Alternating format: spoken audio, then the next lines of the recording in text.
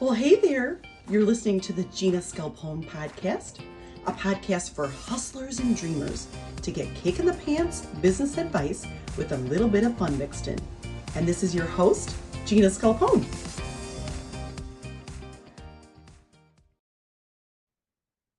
Recently, when I was doing live coaching, I had one of the stylists ask me this question. I thought it'd be a great question Q&A sesh to come bring over to the podcast episode to ideally help you out, my friend.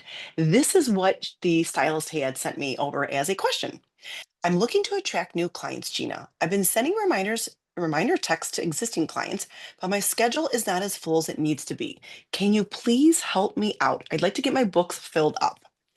So I have four specific strategies that I think would work best that I share with the stylist. And if your books aren't as filled up, and you've been doing some things that aren't working, I want you to think about it like this. I'm going to give four specific strategies. So let's just start with number one, gratitude. We want to be grateful for the clients that are actually in our chair. And I'm not saying glance at their name and be like, oh, great, thanks. I'm saying look at their name, take a deep breath, say, thank you so much, Jessica. I'm so glad you're on my books. I love our conversations. I'm so grateful that you tip so generously. I'm so happy that you send your awesome friends. I always look forward to you coming in my chair. Like be uber specifically grateful for the clients that are in your chair and do it one by one. You could just do it 1 week at a time, so it doesn't take you hours to do. But just look at who's actually on your schedule for the week and just be specifically grateful and extra grateful for them. So let's just start with number one, because the universe recognizes gratitude. And if you are saying you are so grateful for Jessica and Tiffany and Mary and Maria on your books for the week, the universe recognizes, oh, that stylist is grateful. I'm going to give her more amazing Marias and Marys and Tiffany's and Jessicas in her chair. So that's the first thing you want to do. Just take a deep breath, slow down, and just be very grateful for the people who are actually on your books. If you have two clients on your books, that's enough people to be grateful for, my friends. So just be very conscious of how grateful you are for the people that are already happy to pay you to sit in to sit in your chair. So the second thing is, what's the verbiage actually on the texts that you're sending out? So that's what I asked the stylist. And so she wasn't really being very clear. She was saying things like, oh, just let me know if you need your appointment. You're due for your 8-week appointment. She was very like kind of general, very kind, but very general and broad. You need to give everyone's busy. So we need to give people very specific examples of when we're available. So I recommend saying something like this. Hey, Jessica, I noticed that you're due for your 8-week color and cut touch-up appointment. I have an availability on Thursday at 3 or 4. Would you like to grab either one of those appointments before they get booked up? So be very clear. You're recognizing what they're due for. You're giving them two options, not just saying, let me know when you need an appointment or just let me know when you're available. And then you're being thoughtful on specifically saying like, hey, you're creating a little bit of FOMO, and you're being thoughtful by reaching out. You're creating a little bit of FOMO saying, would you like to grab those appointments before they get snagged up? So be very clear what you're saying in text. If you are reaching out to clients who are due for appointments, be very clear. Give them, just recognize their appointment that they're due. Create a little bit of FOMO and give them just two options. Now you could say, I'm available this Saturday at 3 or next Saturday at 3. Or let's say, they like to come in on Thursdays in the evening. You could say I'm available next Thursday at 5 or this Thursday at 5. It could be like that. It doesn't have to be on the same day, but just give them two options that you're available and let them choose. So number three, I always like to say, what's actually worked in the past? Like what's got your clients in your chair before? Is it social media posts you're creating? Is it consistency? Is it excitement? Is it text messages? Is it going to networking events? Is it showing up in other Facebook groups? Like what have you done in the past that has worked? Just really think about it. Like just think and be still and like really think, what did work in the past? And am I doing that currently? Or why is it, if I am doing it, why is it not working now? Like have introspection on what you're actually doing and why it's working or not working. Don't just sit around like, my books aren't filled up, boo hoo.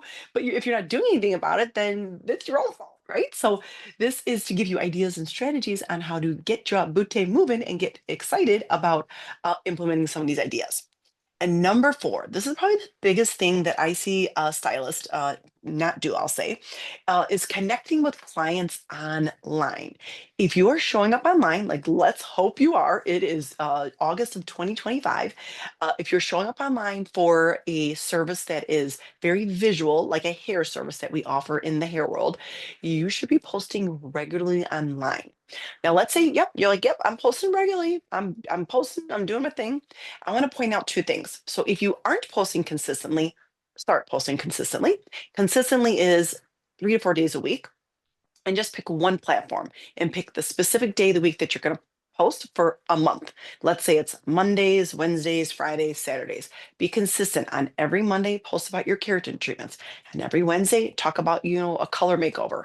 Every Friday, talk about a little behind the scenes of your business that's just not hair related. How you get organized, what continued education you're doing, what type of business education you're doing, what type of, classes you're doing, like what you actually do, what does it look like to do a beauty supply store run, things like that that people just don't know of because they're not stylists.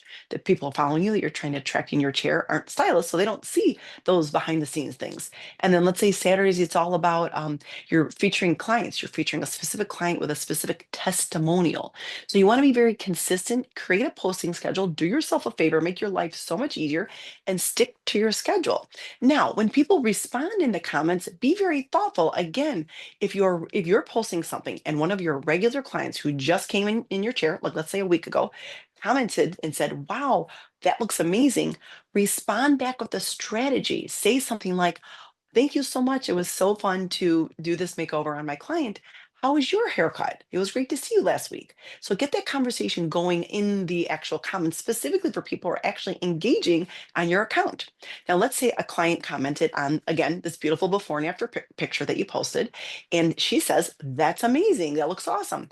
And you notice you're like, "I haven't seen her in a while. She's actually due for her, 8-week keratin treatment." Respond with, "Thank you so much. I noticed you're due for your keratin treatment. It's been 8 weeks. Would you like to get on my books? Can I send you a DM to set up that appointment?" Things like that. So don't just leave it with like a like. Well, first of all, don't not comment for people that are commenting your posts. Don't just put a like on there, like your thumbs up, liking it. And then don't just say thank you. Say thank you. How is your hair? Or thank you if they're new to your page and you don't know who they are. Welcome to my page. Do you live in the area? Like get the conversation going so you can get these people that are following you online or looking at your posts online to actually be a conversion, AKA a client sitting in your chair. So those are the 4 steps that I would recommend for anybody who's been doing something in their business and it's not working, specifically relating to filling up our books. I hope this quick training helped you out. Let me know. Hit me up on Instagram. I'm under Glamhairus. Uh, Hit me up on Instagram. Let me know. Hey, this idea stood out. Or if you have an additional question, let me know. Or if you've tried one of these strategies, let me know. I'm always happy to hear from any of you. And I'm so grateful for you listening to my podcast episode or watching it if you're watching it on YouTube. And I hope you have a lovely evening and best of luck to all of you with building up your books with clients that you adore. Bye.